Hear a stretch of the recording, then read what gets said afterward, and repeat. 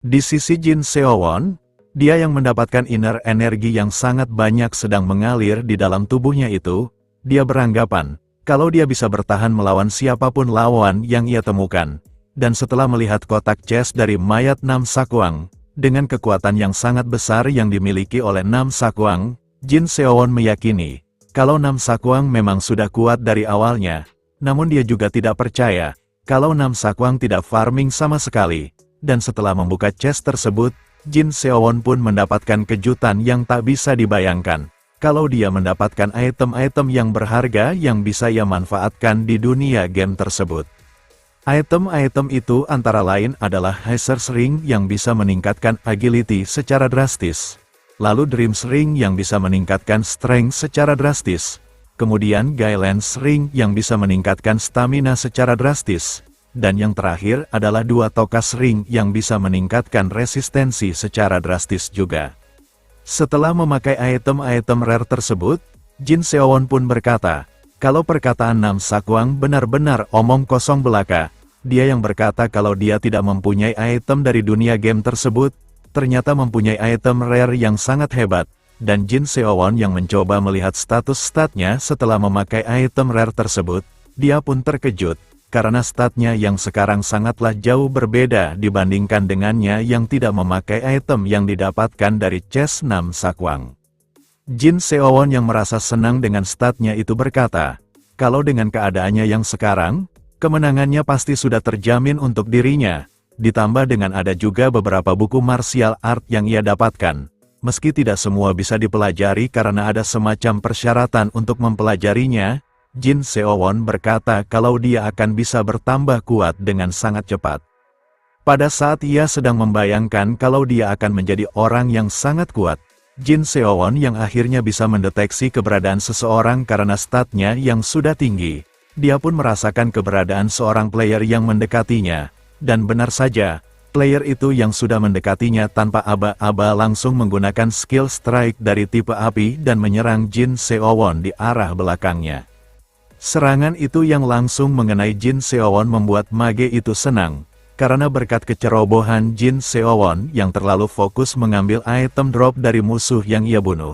Mage itu berkata kalau dia jadi bisa menyerang Jin Seowon dengan sangat mudah, dan melihat Jin Seowon tidak berkutik setelah menerima serangan kejutan darinya, mage itu beranggapan, kalau Jin Seowon hanya beruntung saja bisa membunuh Nam Sakwang yang sudah mendapatkan luka yang begitu parah karena bertarung dengan player lain.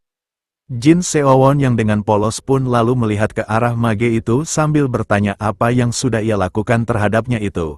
Sehingga, mage itu pun terkejut, karena serangannya tidak berpengaruh sedikit pun kepada Jin Seowon, dan ternyata, itu karena magic resistensi yang dimiliki Jin Seowon yang sangat tinggi yang bisa menahan serangan dari mage tersebut.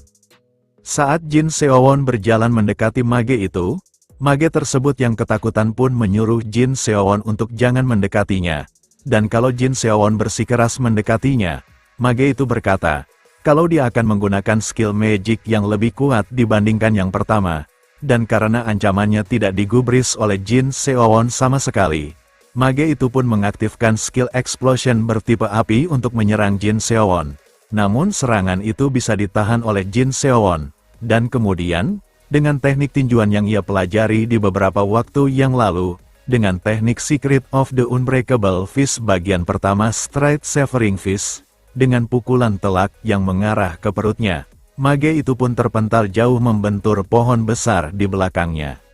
Jin Seowon yang menggunakan teknik martial art tersebut pun terkejut, karena dia tidak menyangka, kalau teknik itu yang di dalam deskripsinya mengatakan kalau selalu kalah dalam pertarungan saat digunakan, ternyata teknik tersebut benar-benar sangat hebat, sekaligus menyimpulkan, kalau itu berkat inner energi yang ia miliki yang bisa merubah kekuatan martial art yang dulunya tidak berguna sama sekali menjadi teknik mematikan yang bisa diandalkan.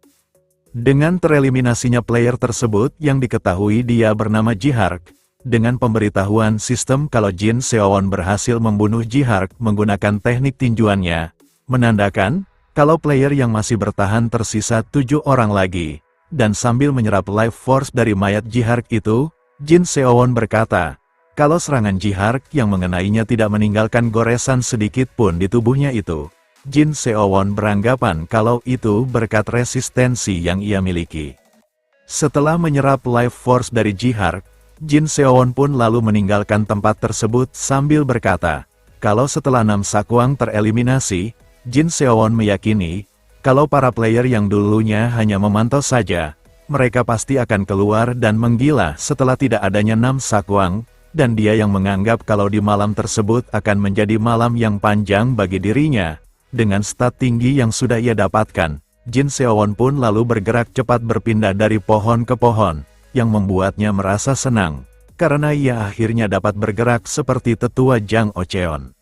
Setelah 1 jam sudah berlalu, Jin Seowon yang berada di atas pohon sambil mengawasi situasi di sekitarnya itu, tak berselang lama terdengar seseorang yang memanggil namanya untuk menunjukkan diri agar mereka bisa bertarung, dan Jin Seowon yang mendengar ocehan player tersebut yang terang-terangan membuka posisinya kepada player lain di tengah malam yang gampang melancarkan serangan kejutan. Player itu terus mengoceh yang tak ada faedahnya, dia yang terus mengejek Jin Seowon yang terus mengatainya dengan sebutan seorang pengecut. Serangan kejutan pun datang mengarah ke arahnya. Dan pria itu yang menyadari serangan tersebut, dengan pedang besarnya, ia berhasil memblokir serangan tersebut yang ternyata, itu adalah serangan yang dilesatkan dengan menggunakan senjata panah.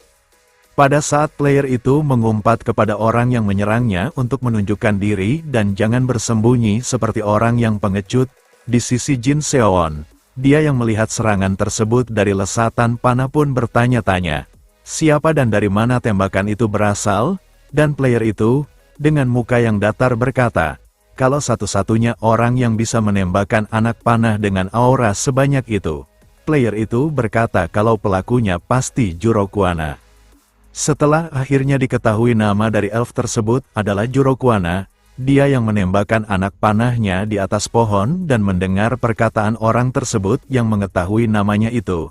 Sambil bersiap-siap melakukan tembakan selanjutnya, Juro Kuana bertanya, apakah dia mengenalinya, dan pria itu pun menjawabnya dengan mengatakan, kalau sudah jelas ia mengenalinya, dia yang dikenal sebagai seorang Divine Archer legendaris yang terkenal di antara mereka para mercenary. Pria itu berkata kalau mana mungkin ia bisa tidak mengenal sosoknya yang sudah menjadi perbincangan di antara mercenary. Dengan tujuannya yang sama dengannya untuk memenangkan kompetisi di dalam game tersebut, pria itu pun mengajak Juro Kuana bekerja sama untuk memburu Jin Seowon. Dan Juro Kuana, dia yang mendengar ajakan itu pun tersenyum lalu turun dari pohon. Kemudian dia pun menghampiri pria tersebut. Setelah mereka saling bertatapan satu sama lain, pria itu yang mengira kalau Juro Kuana bersedia bekerja sama untuk memburu Jin Seowon. Dia pun lalu memperkenalkan dirinya, yang diketahui dia bernama Stanko, yang bekerja sebagai mercenary. Meskipun tidak terlihat hebat, Stanko berkata kalau dia juga mercenary yang cukup dikenal di antara guild-guild yang ada. Namun di balik omongannya yang manis itu, Stanko berencana untuk memanfaatkan Juro Kuana yang dikenal sebagai Divine Archer tersebut. Dan pada saat Juro Kuana terlihat sedang menghitung entah apa yang ia maksud, pada saat ada kesempatan untuk menyerangnya, Stanko yang sudah bersiap untuk melancarkan serangan dengan menggunakan pedang besarnya itu. Sebelum serangan itu mengenai Juro Kuana, lesatan anak panah dari atas pun langsung mengarah dan tepat mengenai kepala Stanko dan menembusnya, dan ternyata, di sebelumnya Juro Kuana sudah melancarkan serangannya dengan menggunakan tembakan yang dibalut oleh aura. Sambil meninggalkan chest dari mayat Stanko, Juro Kuana berkata, kalau bekerja sama dengan orang rendahan seperti dirinya, anjing yang lewat pun pasti akan tertawa mendengar ajakan tersebut. Dan pada saat ia mengatakan kalau prioritas utamanya adalah menemukan lokasi Jin Seowon secepat mungkin agar ia bisa membunuh dan mengambil lutingan dari dirinya, Jin Seowon dari belakang yang kemudian turun dari atas pohon untuk mencoba menyerap life force dari Stanko.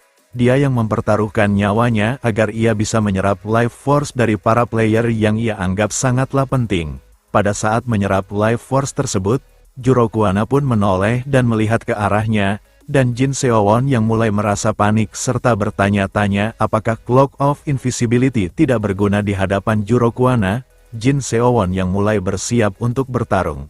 ternyata Juro Kuana yang menoleh ke arahnya hanya penasaran isi dari chest mayat Stanko. Juro Kuana yang merasa kalau chest tersebut tidak mungkin ada item yang berharga untuk ia gunakan. Ia pun lalu melanjutkan perjalanannya kembali, dan di sisi Jin Seowon, dia yang terduduk lesu karena ia anggap kalau dia akan diketahui oleh musuhnya itu.